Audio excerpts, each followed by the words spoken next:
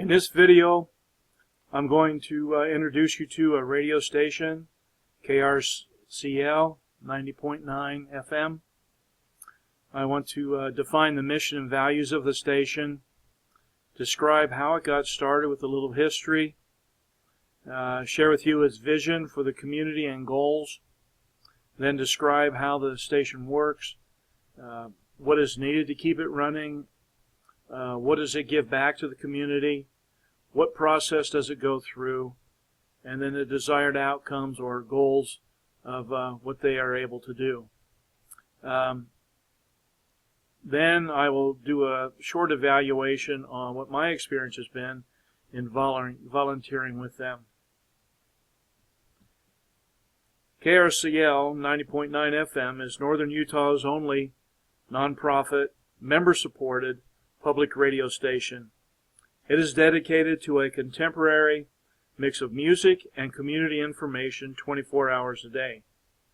It is a nonprofit community radio organization.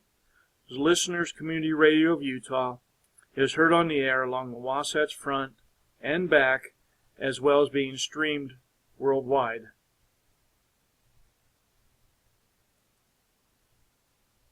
The mission of KRCL is to connect the community through remarkable music and positive social change.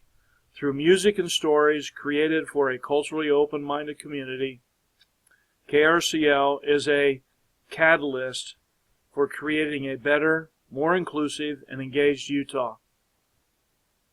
The listeners, with a wide variety of music and community programming, champion Utah for the music and the arts and the culture and the neighborhoods and the community organizations.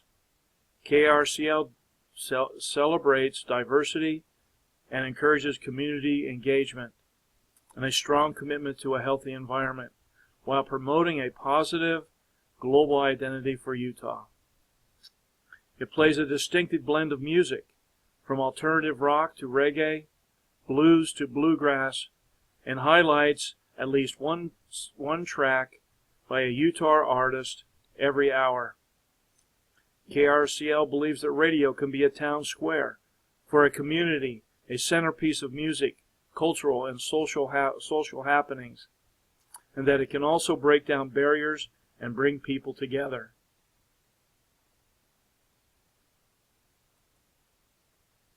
A little history about KRCL.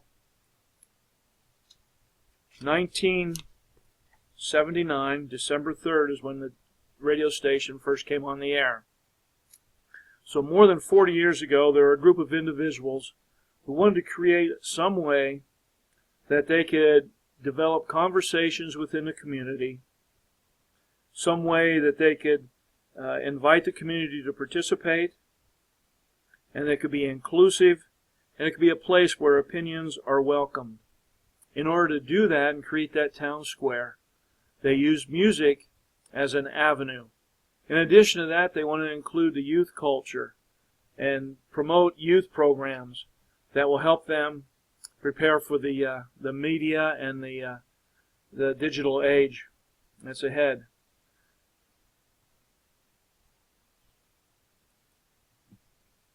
Well, here's how it works.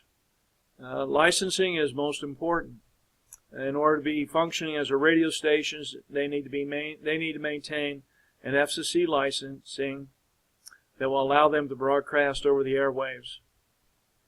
The facilities that are needed, foremost, is a radio tower with the electronics, the boardroom and offices, and then the broadcasting booth. It needs to be housed in a building, an office, which they have been fortunate enough to purchase within the last 5 years. The staff is started out as all volunteer, and at the current time they have 3 individuals who are full-time and paid staff members, including the station manager and the volunteer manager. The money is collected from biannual radiothons from the public, government grants, individual donations, and corporate sponsors. Well, the process that it goes through in assisting with creating a town forum, a town square, is through several areas: programs, events, and community affairs. First one is programs. They have a program which is called Radioactive. This promotes civic dialogue and invites guests to be on air and discuss hot topics of the current day. Every day they have what's called a salt shaker, which gives a list and a rundown of daily events and calendar items that are happening, such as the Asian Festival, the opening of the farmers markets, any other civic things that are happening that are just current. Democracy Now! Is also sponsored. It's an independent global news program that gives an opinion and thoughts that are outside of the local area. Loud and Clear, which is a youth radio opportunity for mentoring and internships, and this is sponsored with KRCL and SpyHop. The events would be such things as farmers markets, music concerts, art and museum exhibits, free summer concerts, family reunions, Red Butte garden concerts, cooking, cultural cooking, gardening, music workshops. All these are sponsored jointly with other organizations such as Red Butte Gardens, Natural History Museum of Utah, Urban Habitat, Habitat for Humanity, and Wasatch Community Garden. Community Affairs is part of the Radioactive program, where the hot topics that they talk about invite guests from outside to come in and participate in that. Well, the output of everything is that it is heard by more than 75,000 listeners weekly. That is on the radio and online across the world. Years ago, the devices that we're using today would have considered only science fiction. So they are currently trying to keep on top of everything. They provide daily forums on local topics, and like I said earlier, the event calendar. The outcomes, what the station hopes will come out of this, and that is, it gives people an opportunity to access diverse ideas, share those ideas in a way that's accepted and understood, form as a means of communication between cultures and communities, and create a climate of cultural diversity. An example of that is some of the radio programs feature different cultures. For instance, the Native American Hour, which is a weekly program, the Asian Hour, which is a weekly program, the different types of music, such as the bluegrass, the rock and roll, the industrial type music that is held by all different people in the community. And the hope is that one of the outcomes of this will unite the people in the community, so that they can all have a little bit better understanding of what different cultures are about.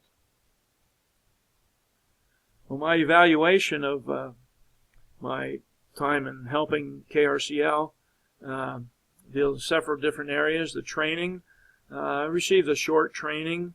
It was about an hour as far as how I should represent the radio station, what their expectations were of me, time-wise. Obviously, anything I can do is great. They're grateful for. Risk management, describing on different volunteering positions what you need to bring, how you need to dress, what's appropriate that way. As far as evaluating the event that I participated in, well, did we meet our goal? Well, we did. We definitely met it. And in doing that, we were able to go out and eradicate some weeds. This was in connection with urban habitat. Some noxious weeds that are up on the hills. Took care of that. There were only 5 of us that participated.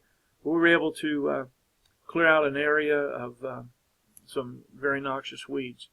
There was an application I filled out online and an interview process that was face-to-face with the volunteer manager.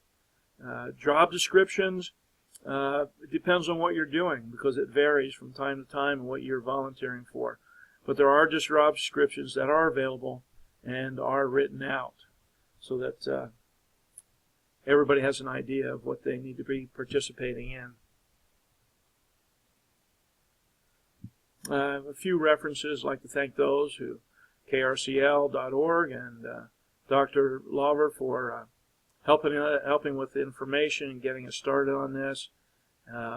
So with that, I'd just like to leave you with a little bit of music from the station, and thank you very much.